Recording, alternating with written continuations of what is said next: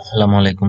BD জবসের পক্ষ থেকে আপনাদের স্বাগতম। আমরা যে বিষয়টা নিয়ে আসলাম তা হলো আপনার এনটিআরসি এর নতুন আইন কবে বাস্তবায়ন হবে। অর্থাৎ এনটিআরসি নতুনভাবে নিয়োগের প্রিপারেশন নিচ্ছে। তারা আর নিবন্ধন পরীক্ষা রাখবে না। তারা কিভাবে নিয়োগ কার্যক্রম পরিচালনা করবে সে বিষয়টা আজকে আমরা দেখব।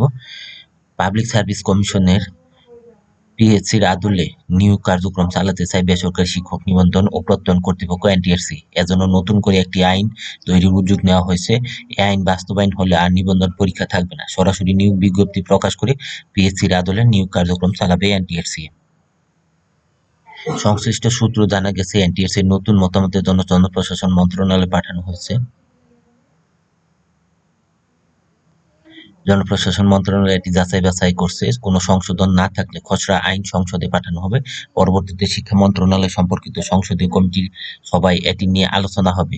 এরপর তা মতামতের জন্য সংসদীয় মতামত কমিটিতে পাঠানো হবে। ওই সূত্র আরও জানায়, সংসদীয় কমিটির মতামত পাওয়ার পর খসড়া চূড়ান্ত করতে মন্ত্রিসভায় পাঠানো হবে। এরপর মন্ত্রিসভায় আইনের খসড়া অনুমোদন পেলে রাষ্ট্রপতির আদেশক্রমে তা প্রজ্ঞাপন আকারে জারি হবে।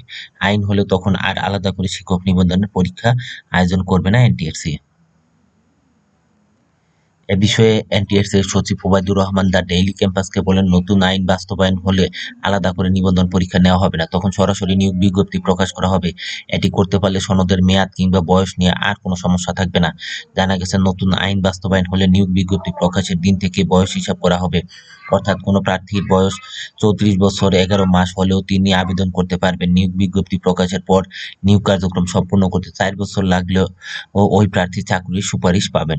নাম অপ্রকাশিত রাখার শর্তে এনটিআরসি এর এক কর্মকর্তা জানান, 17তম শিক্ষক নিবন্ধন পরীক্ষায় চূড়ান্তভাবে উত্তীর্ণ হয়েও অনেক প্রার্থী পঞ্চম গণবিজ্ঞপ্তিতে আবেদন করতে পারেনি।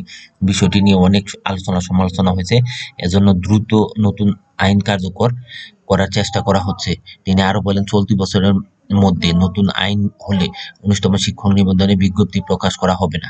তখন নতুন নিয়মে নিয়োগ বিজ্ঞপ্তি প্রকাশিত হবে। তবে 18তম শিক্ষক নিবন্ধন কার্যক্রম শেষ হওয়ার পরও নতুন আইন জারি না হলে 19তম শিক্ষক নিবন্ধনে বিজ্ঞপ্তি প্রকাশ করা হবে। ধন্যবাদ সকলকে আমাদের সাথে থাকার জন্য।